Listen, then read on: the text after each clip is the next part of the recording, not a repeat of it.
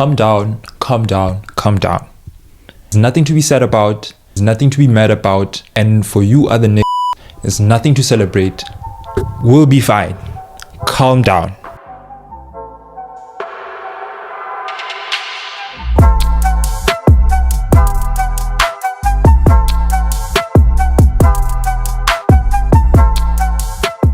What's going on, people? Welcome back to League M for another video. And for this video, we're just going to be going through some transfer news surrounding Chelsea Football Club. A lot has happened and a lot is going to happen going forward until the season starts. I just thought we should take the time to go through everything that has happened, everything that has been confirmed, and all the conjecture going around regarding the players who are coming in, players who are leaving. And without wasting any time, I think we should just get into it. So far, we already know that one player has been confirmed to be signed by the club, and that is the Fulham defender Tosin, who's been signed on a free transfer. That is a good piece of business by the club, and as much as it is a good piece of business, that can only mean there might be someone we could be offloading in the defensive department, with the most likely candidate being Trevoh Chalobah. And if that is the case, I do not know how to feel about letting go of Trevoh Chalobah, because we need to think about what kind of player we're losing here. Trevoh Chalobah has proven over the last couple of years to be very reliable, very versatile as well. He's very comfortable on the ball and can play in either side of the defense. You know, he's very comfortable in the left side and the right side, and can be deployed at right back as well. You know, we've seen that he can put in a good shift at right back. And when you think that that is all, he can even play in the six, in midfield. You know, I always think that every team needs a utility player. Every team always has that player that we know when called upon, he can do the job, fill in wherever is necessary. And, you know, I think personally, Trevoh Chalobah is an asset to the club. That is my opinion. The fact that he's been valued at only £25 million is a letdown for me, given that I think his contract is still a bit lengthy. Given that the kind of player he is and he has been, you know, it's very saddening to see how low the club actually values him. But Tosin is a good piece of business. You know, I always say if we're going to sell players, then we need to be able to replace them. And I think Tosin is a very ideal replacement for Trevoh Chalobah. He is a great quality centre back. He's good on the ball, great actually on the ball. When he has the ball, he has that line breaking pass in him. He's a good ball carrier. He's dominant in the air. He's very aggressive.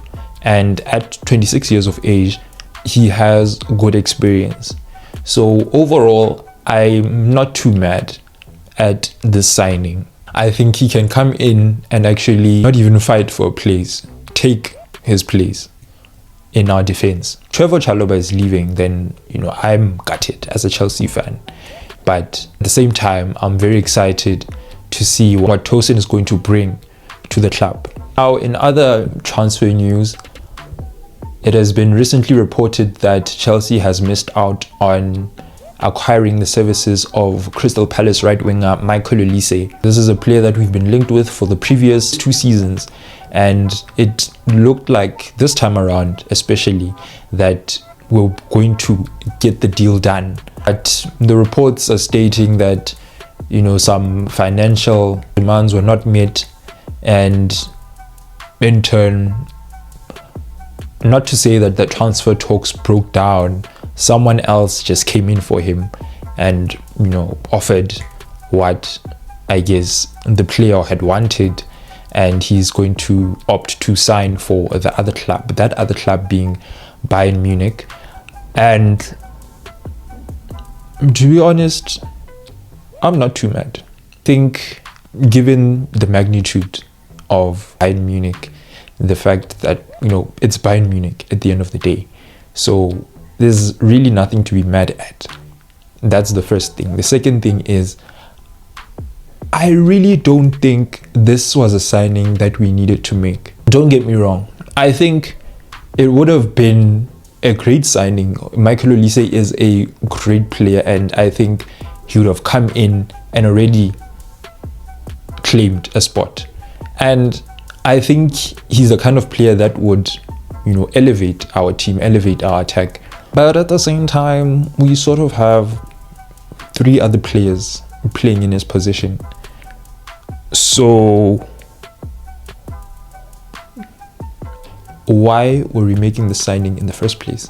Personally, a right wing was not a position that we need to make a signing for, because we already have Nani Madueke, Angelo Gabriel, who's out on loan at Strasbourg, coming back. That's going to feel like a new signing. Estevao Willian, who's coming in 2025.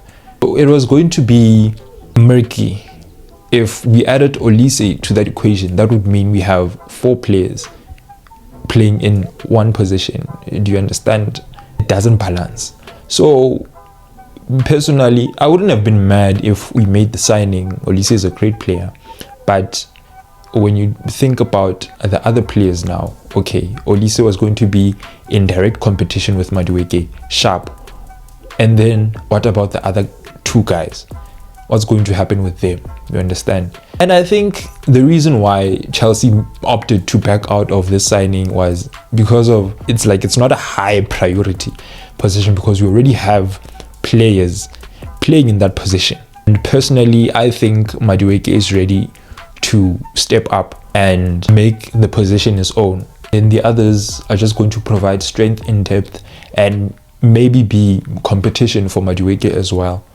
If they do well, obviously, then the better they do, the more they're going to play. And I think it's just better for me that way. Angelo Gabriel had a great loan spell out in Strasbourg in the French league, and I think he's already ready. I think he was good to go from jump. I think he should have been kept in the team and just see what happens. I think when he comes back, he's going to feel like a new signing, and that's one of the signings that I am most excited to see next season. And as for Estevao Willian, there we are talking about one of the hottest prospects in the game. I'm not going to say more on that. He's coming in 2025. He's not going out on loan. It is confirmed that he's not going out on loan when he arrives. And he's going to immediately come into the team. And we're ready. We're honestly ready. You get? Oh, we'll be fine. We will be fine. There is nothing to be mad about. There is no cause for you other to celebrate. We'll be fine. Moving on to other news, it's also understood that Chelsea are looking to bring in another striker. Just to be honest, our targets just keep, because now it is rumored that we've been heavily linked with Atletico striker Samuel Omorodion. When you look at the other players that we've been linked to, Victor Osimhen, Victor Gyökeres, Benjamin Sesko, John Duran, profile and stature, it keeps going. Now we're linked with Samu Omorodion. I'm just gonna go ahead and say that we don't know this brother. All we know is that he was out on loan at Deportivo Alaves from Atletico de Madrid. 20 years of age, and registered 9 goals and 1 assist in all competitions last season for Alaves. That's honestly it. Now, given his age and his profile, last season was his first season in senior football, I think the board do not want to acquire a higher profile striker who's going to come in and already claim a place and relieve Jackson the burden of being the main striker. I think they're just going to stick with Jackson as our main striker and then bring in someone who will possibly be competition for him, or if need be, just to rest him. If that is the case, I really think is another signing that we don't need to make. We already have a striker out on loan. I think we should just bring David Datro Fofana to the team and give him those minutes. The minutes that we're going to give Samu or John Duran, just bring him back to the team. There's no need for us to be making this kind of signing if you're not going to sign a more established striker. Personally, I think Jackson, his first season was a good season. I think he almost registered 20 goal contributions. For his first season, that is a good season. You understand? And that can always improve. I really don't think signing a striker is something that we need to do unless we're signing someone who's going to be better than Jackson. And if we're not, then let's just promote from within.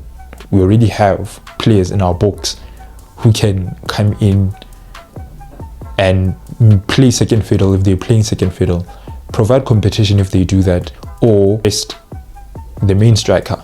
And in terms of player outgoings, it has been confirmed that Ian Maatsen is set to leave Chelsea Football Club for Aston Villa next season. Aston Villa are going to sign Ian Maatsen for £37.5 million, and Ian Maatsen is a player that the club have been looking to offload for some time now. We are aware, it's not a secret that Ian Maatsen was not in the plans of the board. Ian Maatsen had a great loan spell last season at Borussia Dortmund at left back. He's been one of Dortmund's best players for the last 6 months now, even helping them get to the Champions League final. And I really thought after this loan spell that the board will maybe look at him and how he's been playing and think there's a player that Maresca can actually use. And I thought he'd maybe come back and be given a chance to fight for a place here. I'm a bit mad at this one because I think that this is a player that we have greatly benefited from having in the team given his attributes. I think he'd be perfectly suited for Enzo Maresca's style of play, and given the fact that he can hold the width if needed, he can invert if needed, he has the technical ability to do so. He can also play in multiple attacking positions due to his intelligence. This is just my chat. We're losing out. We are really losing out. And given our options at left back, Marco Correa is actually good. I'm happy with Marco Correa. And I hope that we're not looking to sell him either, because that would be a grave mistake. Ian Maatsen, I understand it's for, I guess, pure profit. I understand the business side of it, especially given the fact that we're not under pressure to offload players now because we're in the green with regards to FFP. But I think the player, I'm looking at the football side of things, and I really think we're losing out on a quality player, and a player who would have been good for the next 10 years, would have been set for the next 10 years. Because my thinking is we're still going to buy someone at a later stage, even if it's not now. But, with Maatsen, we'd have had someone that we know we can rely on for the next 10 years. It's a good piece of business, but hey, we're losing out. And in other news, there have been rumors of Omari Hutchinson leaving the club on a permanent basis, and Ipswich Town could be one of the teams that are in for him. Personally, I imagine that it would be difficult for Omari to fight for a place, given that there's already 3 other players playing in his position. And I think this is a move that would satisfy both parties.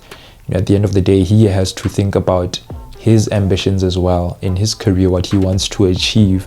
And I think it's going to be very difficult for him if he would want to stay at Chelsea to fight for a place because we have Noni Madueke, we have Angelo Gabriel, Esteva Willian coming in 2025, you know.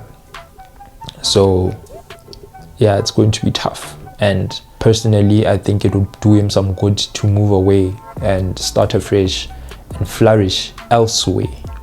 So we'll see what happens with that in the next days. In other news, it seems as if the club are going to be going ahead with offloading Conor Gallagher, with Atletico de Madrid and Aston Villa rumored to be linked with him. Now, Gallagher has been a polarizing figure within the fan base. Some really like him, others don't really rate him. And personally, I don't care.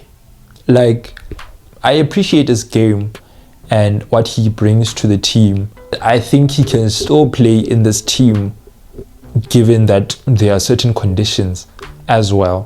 For instance, he shouldn't be playing in the 10 because we've seen that limit the team in terms of what we do on the ball and when we want to attack, because there's really no creativity in the middle. There's no link up play in the middle. You know, he's not putting it on a plate for the attackers and he's not creating chances for himself as well. In that position, he's not really dipping into the bag that makes him good. And I get that he plays for the badge and he'll run for the manager. He plays with passion and desire. But for what we are trying to do at the club, for how we want to move, he has to bring more than that to the table. Because when you put him next to players like Cole Palmer and Kani Chukwemeka, players who also work off the ball, players who also press and who track back, we've seen it, we've witnessed it. You'll find Conor Gallagher's work rate to be a tad bit overrated. I've always preferred him in a deeper role with a midfield partner, a more defensive minded midfield partner, because in that position he can still cover ground, he can still do the work box to box, he can also drive with the ball, he can also crash the box, he can even, you know, have a pop from outside of the box. That's Conor Gallagher for me. That's his best position for me. That is where he'd be better utilized, you know. And he can even do a job as a role player, as a squad player. And last season we were very short-staffed in midfield due to injuries, and I think we'd have benefited if we had made the switch sooner, playing someone like Cole Palmer in the 10. If we had done that sooner, I think we'd have seen much better days last season. I think we should, if we can, keep him for midfield depth because of the fact that we were short-staffed last season. We don't know what's going to happen with the likes of Andre Santos and Leslie Okochukwu, Romeo Lavia and Enzo. We don't know who's going to get injured again, and I think we'd be much better off if we keep Conor Gallagher in the team. But ultimately it doesn't seem like he fits the vision of what we're trying to do moving forward. So I'm not too mad at it. If he goes, then he goes. Anyway, that's it for this video. You guys let me know what you think of the entire situation in the comment sections below. Do you think we should have signed Olise? Do you think we should sell Conor Gallagher or keep him? What do you think of the signing of Tosin? And who would you like Chelsea to sign now going forward? What do you think we lack in the team at the moment? Let me know all about it in the comment section below. If you're new, please don't forget to like, share and subscribe. Thank you so much for watching. I will see you on the next one, and keep it in.